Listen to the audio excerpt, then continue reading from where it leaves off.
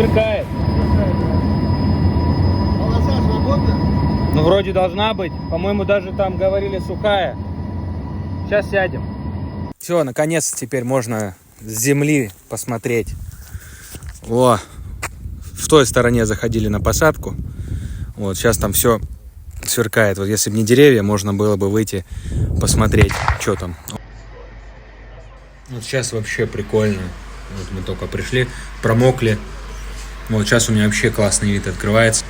Она уходит на север от Ставрополя. Вот это мне нравится структурка. Тут даже сверкает периодически.